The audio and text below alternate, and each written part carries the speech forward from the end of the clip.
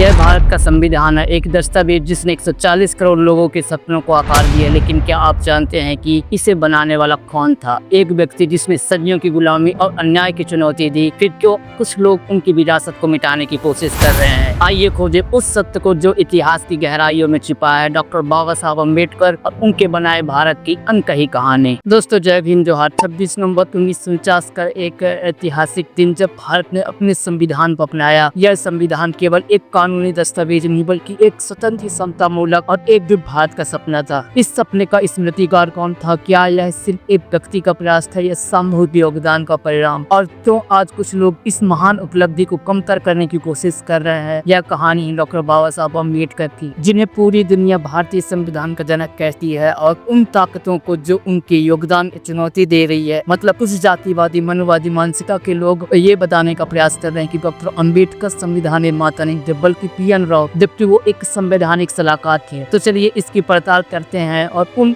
झूठे आतंकवादियों को सच का आईना दिखाते हैं।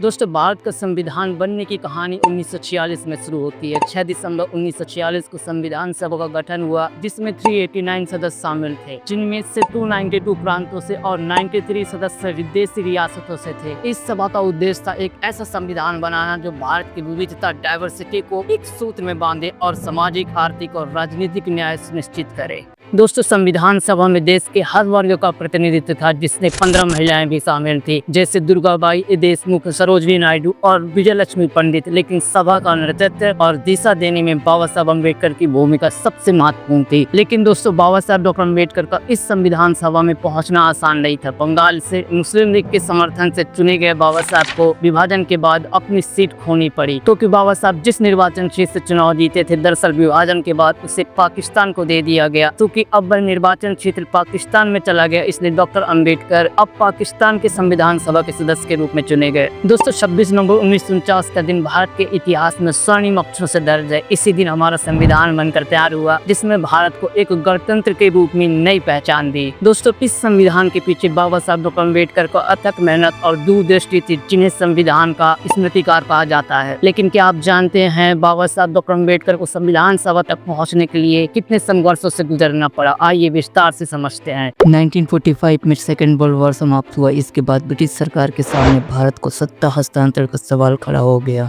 भारत में बढ़ते राजनीतिक गतिरोध को सुलझाने और सत्ता हस्तांतरण की प्रक्रिया को सुचारू करने के लिए ब्रिटिश प्रधानमंत्री लॉर्ड एटली ने 24 मार्च 1946 को 3 सदस्यों का एक मिशन भारत भेजा। इस मिशन में Lord Patrick Lawrence, sir Stafford Cripps और एबी अलेक्जेंडर शामिल थे। इसे कैबिनेट मिशन के नाम से जाना गया। इस मिशन ने भारत के कई नेताओं से मुलाकात की। 5 अप्रैल 1946 को डॉक्टर बाबा साहब अम्बेडकर और मास्टर तारा सिंह से भी उनकी बात हुई। इस मुलाकात में बाबा साहब ने सदियों से शोषित और वंचित वर्गों के लिए एक अलग चुनाव, अलग आवास और नए संविधान में उनके लिए सुरक्षा की मांग रखी। लेकिन उनकी इन मांगों को कैबिनेट मिशन ने पूरी तरह नजरअंदाज कर दिया। जब कैबिनेट मिशन ने संविधान सभा और अंतरिम सरकार की योजना की घोषणा की, तो उसमें बाबा साहब की मांगों को कोई जगह नहीं मिली। इससे आहत होकर उन्होंने दलित वर्गों के हक के लिए एकजुट होकर आंदोलन शुरू किया। इस आंदोलन ने सवर्ण हिंदुओं और दलितों के बीच तनाव को बढ़ा दिया। हालात इतने बिगड़ गए कि सवर्णों ने बाबा साहब के पुत्र यशवंतराव अम्बेडकर द्वारा संचालित भारत भूषण प्रेस को आग के हवाले कर दिया। इसके बाद कैबिनेट मिशन ने हिंदू मुस्लिम समान प्रतिनिधित्व के आधार पर अंतरिम सरकार की योजना बनाई, जिसमें 14 सदस्य थे, 5 कांग्रेसी सवर्ण हिंदू, 1 कांग्रेसी दलित, 5 मुस्लिम लीग और एक फारसी सिख व ईसाई प्रतिनिधि थे। लेकिन हिंदू मुस्लिम मतभेदों के कारण यह योजना भी स्वीकार नहीं हुई। दोस्तों डॉक्टर अम्बेडकर ने दलितों की उपेक्षा के खिलाफ अहिंसक संघर्ष का रास्ता चुना। उन्होंने पूना से अपने आंदोलन की शुरुआत की और साफ कहा कि कैबिनेट मिशन ने दलित हितों की पूरी तरह अनदेखा किया है। 7 जुलाई 1946 को बम्बई में बड़ा विरोध प्रदर्शन हुआ। प्रदर्शनकारी भारतीय कांग्रेस कमेटी के दफ्तर तक पहुंचे और नारेबाजी की। इसके बाद यह जुलूस एक मैदान सभा में बदल गया, जहां दादा साहब, गायकवाड़ बाबू साहब, राजपूत जैसे नेताओं ने मिशन की योजना और कांग्रेस की नीतियों की कड़ी आलोचना की। यह आंदोलन पूरे देश में फैल गया। बम्बई प्रांत से ही 1150 लोग गिरफ्तार हुए, जिनमें 128 महिलाएं भी थी। उत्तर प्रदेश और मध्य प्रदेश में भी हजारों आंदोलनकारी जेल गए, लेकिन इस दौरान कुछ कांग्रेसी दलित नेता जैसे बाबू जगजीवन राम, जो हमेशा बाबा साहब के प्रयासों का फायदा उठाते थे, उनके खिलाफ जहर उगल रहे थे। 1946 में ब्रिटिश भारत के तहत प्रांतीय विधानसभाओं का चुनाव हुआ, जिसमें 296 सदस्य चुने गए। बाकी सीटें देशी रियासतों के प्रतिनिधियों द्वारा नामांकन से भरी जानी थी, लेकिन कांग्रेस और वामपंथियों ने गठजोड़ करके बाबा साहब और उनके शेड्यूल कास्ट फेडरेशन को बम्बई से हरा दिया। सरदार पटेल के निर्देशों पर बीजी खेर ने यह सुनिश्चित किया कि बाबा साहब बम्बई से संविधान सभा में ना पहुंच पाए। लेकिन दोस्तों, कहानी यहीं खत्म नहीं हुई। बंगाल से जोगेंद्रनाथ मंडल ने बाबा साहब को वहां से चुनाव लड़ने का न्योता दिया। बाबा साहब ने बंगाल विधानसभा परिषद से अपनी उम्मीदवारी दर्ज की। अनुसूचित जातियों के लिए अलग सीट न होने के कारण उन्हें हिंदुओं के साथ जोड़ा गया। यह चुनाव उनके लिए जीवन मरण का सवाल बन गया। बुद्ध सिंह, करपाल सिंह, बच्चू सिंह और जोगेंद्रनाथ मंडल ने उनके लिए दिन रात मेहनत की। कांग्रेस ने उन्हें हराने की पूरी कोशिश की, लेकिन 20 जुलाई 1946 को जब नतीजे आए तो बाबा साहब ने जीत हासिल की। इस जीत ने पूरे बंगाल में उत्साह की लहर दौड़ा दी। पंजाब से आए उनके समर्थकों ने भंगड़ा शुरू कर दिया, ढोल बाजे और चारों तरफ बाबा साहब की जय जयकार होने लगी। उन्होंने इस जीत को दलित वर्ग की जीत बताया और कहा, मैं रक्त की अंतिम बूंद तक लोगों के लिए, उनके हितों के लिए और उनके अस्तित्व के लिए काम करता रहूंगा। संविधान सभा में पहुंचने के बाद बाबा साहब ने राष्ट्रीय घोषणा पत्र तैयार करने में कांग्रेस साथ मिलकर काम किया। उनके काम ने कई सदस्यों को प्रभावित किया, लेकिन कांग्रेस ने एक और चाल चली। जैसोर खुन्नत, जहां बाबा साहब चुने गए थे, उसे पूर्वी बंगाल पाकिस्तान को दे दिया गया। नियम के मुताबिक जिस क्षेत्र में मुस्लिम आबादी 50% से ज्यादा हो, उसे पाकिस्तान में शामिल किया जाना चाहिए था, लेकिन जैसोर खुलना में मुस्लिम आबादी सिर्फ 48% थी। फिर भी यह क्षेत्र पाकिस्तान को दे दिया गया, जिसके कारण बाबा साहब पाकिस्तान संविधान सभा के सदस्य बन गए। इस अन्याय के खिलाफ बाबा साहब ने ब्रिटिश प्रधानमंत्री से मुलाकात की और कांग्रेस की इस कुटिल चाल को उजागर किया। ब्रिटिश सरकार ने इसे गंभीरता से लिया और नेहरू को निर्देश दिया कि या तो जैसोर खुलना को भारत में रखा जाए या बाबा साहब को किसी अन्य जगह से संविधान सभा में भेजा जाए। इस दबाव के चलते कांग्रेस को बाबा साहब को बम्बई से संविधान सभा में चुनना पड़ा। 30 जून 1947 को डॉक्टर राजेंद्र प्रसाद ने बम्बई के प्रधानमंत्री बीजी खेर को पत्र लिखकर बाबा साहब को संविधान सभा में चुनाव सुनिश्चित करने को कहा। उन्होंने लिखा,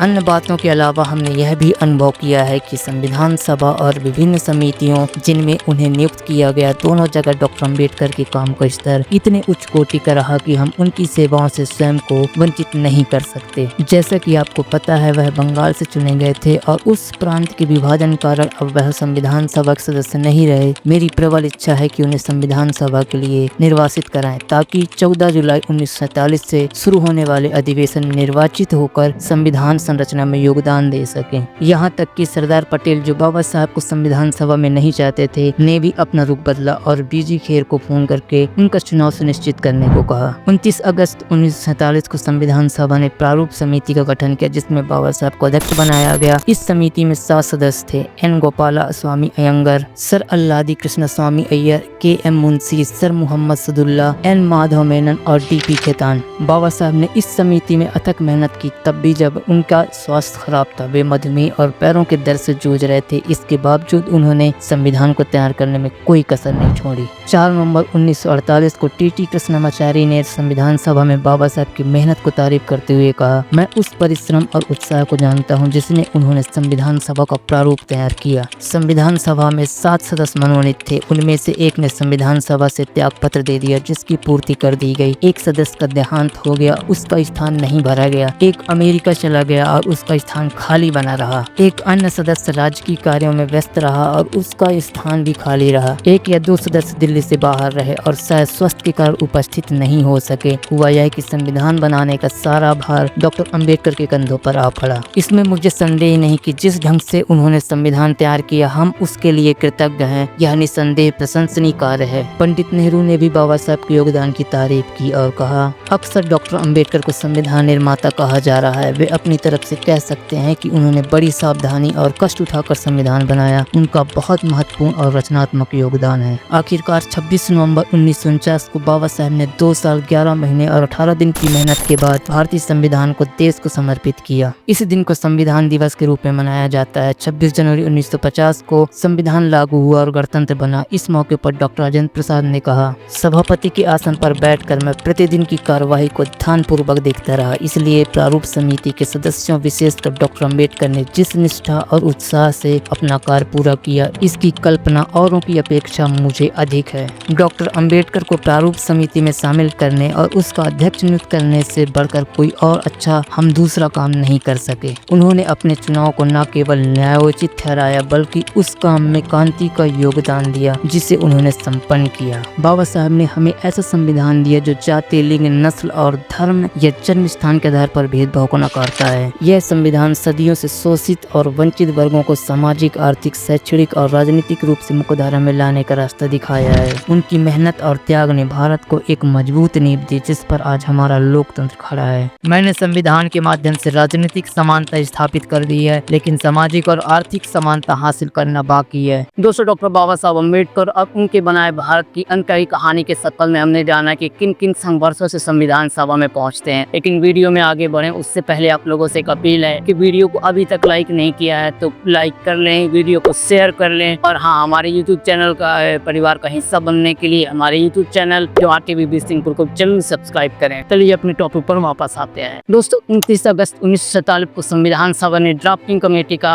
गठन किया जिसके अध्यक्ष के रूप में डॉक्टर बाबा साहब अम्बेडकर को चुना गया। इस कमेटी में 7 सदस्य थे जिनमें TT कृष्णाचारी, अल्लादी कृष्ण स्वामी अय्यर और गोपाल स्वामी अयंगर जैसे विद्वान शामिल थे। लेकिन समय के साथ बीमारी, व्यस्तता और अन्य कारणों से कमेटी के अधिकांश सदस्य अनुपस्थित रहे। नतीजन ये हुआ कि संविधान का मसौदा तैयार करने की पूरा बोझ डॉक्टर अम्बेडकर के कंधों पर आ गया। दोस्तों, डॉक्टर अम्बेडकर ने 2 साल 11 महीने और 18 दिन तक अथक परिश्रम किया। उन्होंने 7500 से अधिक संशोधनों पर विचार किया जिनमें से 2500 को स्वीकृति दी गई। उनकी विद्वता, सामाजिक न्याय के प्रति प्रतिबद्धता और संवैधानिक सिद्धांतों की गहरी समझ ने संविधान को एक अनूठा दस्तावेज बनाया। लेकिन दोस्तों, हाल के दिनों में कुछ लोग यह दावा करते हैं कि संविधान का असली श्रेय BN राव को जाना चाहिए, जो संविधान सभा के संवैधानिक सलाहकार थे। BN राव ने संविधान का प्रारंभिक मसौदा तैयार किया जो एक महत्वपूर्ण योगदान था। लेकिन क्या यह कहना उचित है कि वे संविधान के असली निर्माता थे? BN राव एक कुशल प्रशासक और संवैधानिक विशेषज्ञ थे। उन्होंने संविधान का प्रारंभिक ढांचा तैयार किया और विभिन्न देशों के संविधानों का अध्ययन कर सुझाव दिए। लेकिन यह मसौदा केवल एक आधार था। अम्बेडकर ने इसे भारतीय समाज की जरूरतों के अनुरूप ढाला, विशेष रूप से सामाजिक न्याय और आरक्षण जैसे प्रावधानों को शामिल करके। दोस्तों, बाबा साहब डॉक्टर अम्बेडकर ने स्वयं BN राव और सिविल सेवक SN मुखर्जी के योगदान की सराहना की थी। लेकिन यह कहना कि संविधान का पूरा श्रेय राव को जाता है एक अतिशयोक्ति है। BN राव का मसौदा सामान्य था जिसमें सामाजिक सुधारों पर ध्यान नहीं था। डॉक्टर अम्बेडकर ने इसे भारतीय संदर्भ में ढालकर दलितों, आदिवासियों और पिछड़े वर्ग के लोगों के लिए आरक्षण जैसे क्रांतिकारी प्रावधान जोड़े। लेकिन दोस्तों, X पर कुछ पोस्ट में दावा किया गया कि BN राव को संविधान निर्माता के रूप में मान्यता नहीं दी गई क्योंकि वह ब्राह्मण थे। यह दावा न केवल आधारहीन है बल्कि सामाजिक विभाजन को बढ़ावा देता है। संविधान सभा ने स्वयं डॉक्टर अम्बेडकर को संविधान निर्माता घोषित किया था और यह निर्णय उनकी विद्वता और सामाजिक न्याय के प्रति समर्पण पर आधारित था। दोस्तों, यह सवाल महत्वपूर्ण है। यदि बाबा साहब डॉक्टर अम्बेडकर संविधान सभा अध्यक्ष नहीं होते तो SC, ST, OBC और बहुजन समाज पर क्या प्रभाव पड़ता? अम्बेडकर की अनुपस्थिति में संविधान शायद एक सामान्य कानूनी दस्तावेज बनकर रह जाता। उनके प्रयासों के बिना अस्पृश्यता के उन्मूलन, आरक्षण और महिलाओं के अधिकारों जैसे प्रावधान शायद शामिल नहीं होते। SC, ST और OBC समुदायों को आज जो अवसर मिले हैं वो संभवतः नहीं मिलते और सामाजिक असमानता और गहरी हो जाती। डॉक्टर अम्बेडकर ने संविधान में अनुच्छेद 17 अस्पृश्यता का उन्मूलन, अनुच्छेद 15 भेदभाव का निषेध और आरक्षण से संबंधित प्रावधानों को शामिल करते सामाजिक क्रांति का आधार रखा। उनकी दृष्टि थी कि भारत केवल राजनीतिक रूप से स्वतंत्र न हो बल्कि सामाजिक और आर्थिक समानता भी हासिल करे। मैं SC, ST वर्ग से हूँ। अगर बाबा साहब ने आरक्षण की व्यवस्था नहीं की होती तो मैं आज IAS अधिकारी नहीं बन पाता। उनका संविधान मेरे लिए एक ढाल है जो मुझे समाज की मुख्य धारा में लाया।